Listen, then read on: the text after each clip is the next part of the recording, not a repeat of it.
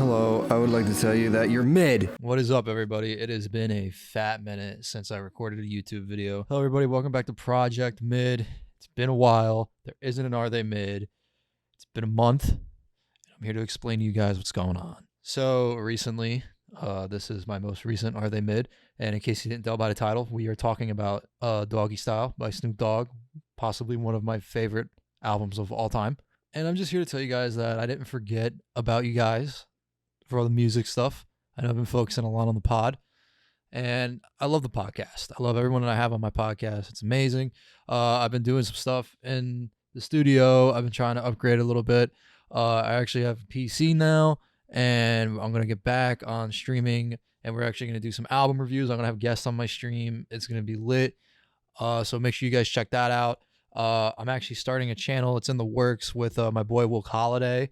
We're going to start a gaming channel. We still have to figure some stuff out, but that's in the works too. And we're just going with the flow right now. And honestly, for the Are They Mids, I just haven't really been listening to like a consistent artist to really like point out that they're mid. It's just been all over the place. If you are new to the channel, check out my podcast. Check out the Salami Talk podcast. So we have a lot of amazing guests on there, from Nathan's Game to Kevin, Kaz, Apex. It's a great time with the pod. I love it. And it's out everywhere. It's on Apple Podcasts. It's on Spotify, everywhere. Just type in Salami Talk podcast. Link is literally in my bio, I'm pretty sure. So just check that out. If you missed me, I missed you too. And if you didn't miss me, well, fuck off. So talking about Doggystyle, Snoop D-O-G-G. So with this album, from bathtub to pump pump all the way down, definitely changed the game for LA, California, and everything like that. Transformational hip-hop album, to say the least. Had a huge impact. When this album came out, it came out after The Chronic, which basically put Snoop Dogg on the map. And, you know, The Chronic is a classic album that was just stapled into hip-hop, but Doggystyle is right there with it. It is just a amazing album. The beats are produced by Dre, produced Death Row Records. You know, you literally hear it. They sampled a lot of funk. You hear a lot of old George Clinton, I believe it is, in there with the Atomic Dog on Who I Am. You know, and then we have classics on there, from Gin and Juice to Who I Am to Ain't No Fun Without the Homies. And, you know, he brought his whole crew on it. RBX, Lady of Rage, Warren G, Corrupt, Nate Dogg. Even Dre is on. He's not on some of the songs. He just puts in little snippets here and there, but he produced most of the beats. So in case you live under a rock and didn't get the whole point of the name Doggystyle, it's a sex position for anybody that just doesn't know that. I feel like everyone knows that, but just to clarify it, that is a sex position. And if you don't know what it looks like, just look it up, bro. I love the artwork from this album. I had a t-shirt. I was gonna wear it for this video, and I don't know what the fuck happened to it, but it's gone, and I want to cry. But so we're rocking Appa and all the nations, or all the shit. Yeah, Airbender gang. Yeah, let's go, guys. I got my notes behind you guys in case you didn't know. It says right here that the main gangsta lifestyle includes drugs, sex, cars, and money. So if life was so simple. So someone named Joe Cool did the artwork for Doggystyle, and let me tell you, bro, you literally painted the fucking Mona Lisa of like albums. This album is just, if you see this anywhere, everyone's gonna be like, oh, it's Doggystyle, it's a classic. It's on the vinyl, oh, classic. It's just great. I love the artwork. Thank you, Joe Cool, whoever you are. If I see you, I will give you a nice fat smooch on the cheek. A lot of Snoop Dogg's lyrics in this album are aimed towards black on black crime and just the lifestyle he lived growing up in Long Beach, California. And he always wanted this persona of being a G and killing people and everything like that. No, I'm not going to go down this rabbit hole and say that Snoop Dogg didn't do any of this stuff. Suge Knight, do not come for me.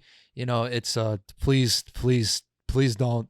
Please, dude, Suge Knight's fucking huge. Yeah, a lot of critics say that Snoop Dogg was obsessed with being this gangster that just smokes weed and kills with impunity, and he's calling all these girls bitches and hoes and all this stuff. Everything bad, Snoop Dogg, bad. And you know what? fuck it. You know why? Because I live by this motto that, like, if it's super toxic, then you're gonna fucking get what you want out of it, because that's just what everyone wants to hear. And it really proved the point with that. This album just blew up in 93. And dude, I wasn't even born in 93. I was just floating around in my dad's nutsack. Even though Snoop Dogg shows a lot of his even though Snoop Dogg shows a lot of drugs, sex, alcohol, guns, all the bad stuff that comes with hip hop, he's also showing you like the underside of that gangster lifestyle and that lifestyle of what he saw being in Long Beach, California. The reason why people portray this album as a classic, and I keep saying it's a classic, is because it literally shifted the way West Coast music sounded. Like, obviously, this is going to be a hot take to say about this album, but I feel like if it wasn't for The Chronic, this album wouldn't have had the magnitude that it did. Because let's take The Chronic, for example. Dr. Dre literally came out, nothing but a G thing, a lot of synth-based beats, keyboards, melodic, very deep into that aspect. Coming from NWA and that whole just hardcore, rough drum, kick bass, it's kicking. It's just, then we go over here where it's all like laid back, mellow, hardcore synths, like on these nuts and shit. It kind of is starting to mold into like, oh, this is new. Like, what is this? And then Snoop Dogg came out with Doggystyle, and now everyone's like, oh, this is G-Funk. Like, this is without a doubt G-Funk. And now that's just been stuck, and it just carries on for the whole. Obviously, West Coast rap. I live on the East Coast. West Coast rap definitely changed after that. And a lot of people tend to like kind of copy that. This album got a lot of backlash in the hip hop community because of Snoop Dogg's derogatory terms towards women. And honestly, that's a stupid take.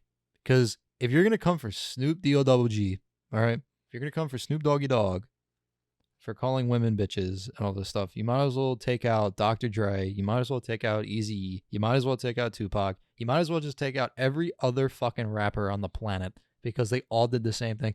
Now, I'm not saying it's right, but I am saying that something about this era of music really just shifted hip hop. If you listen to 80s hip hop and then you listen to 90s hip hop, there is a significant difference. And then if you listen to today's hip hop and the early 2000s hip hop, there's definitely different eras of shit. But for some reason, the 90s, everyone wanted to be a gangster. And it's just that this album really embodied that persona of it. Obviously, if you go on the other coast, there are other albums that portray themselves differently. But what Snoop Dogg did is basically what every other person in LA and Compton and Long Beach just wanted to embody as a fucking gangster.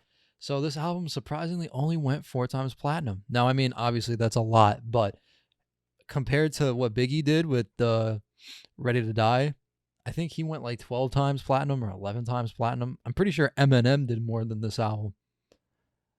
But worldwide, he sold over 11 million copies. He sold over 11 million cassettes and CDs. This guy, because, there wasn't a phone. There's no iPhones, no Apple Music. But to sum it all up, gangster rap, the epitome of West Coast rap. If you want a real vibe, a real fucking just California vibe, then this is definitely the album to listen to, without a doubt. Hands down, amazing album. Classic. Dre on the beat, Snoop Dogg on the mic, bringing the whole gang with him. RBX, Warren G, Nate Dogg. They all did amazing on this album. It's just definitely a classic in my book. And with that, if I had to rate the album Doggystyle by Snoop D-O-G-G, I'm definitely going to give this album a 9 out of 10. And the only reason is because I feel like without The Chronic, this album would not have done as good as it is. He definitely had a bigger impact, but without Dre putting this type of music out on the map, then I feel like it wouldn't have gotten the numbers that it did now. Or maybe it did. Maybe I'm just wrong. Maybe I'm just an idiot. Maybe I just don't know music, right? But obviously, 9 out of 10. That's my opinion. You shouldn't take it to heart. So sorry. Suck it. But classic album all around. So this has been Project Mid for Doggystyle. Make sure you guys check out my other Are They Mids. Make sure you check out my other Project Mids. Make sure you check out the Salami Talk podcast, bro. I want to keep you guys posted on this new gaming channel I got coming up. Keep posted on my Twitch. Follow my Twitch. We're going to start that up soon. I want to get it up soon, very soon. I just got to figure out a schedule. Thank you all for watching the video. Thank you for staying around to the end. You guys are amazing. I love and miss all of you. You guys are just an amazing group of people that I have not yet met, and I will meet you eventually. Let's get to 100 subs so I can start this Patreon. I want to start a Patreon.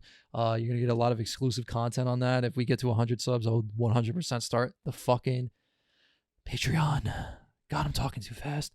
And without further ado, this is Salami Loop, and I'll see you guys in the next one. Peace.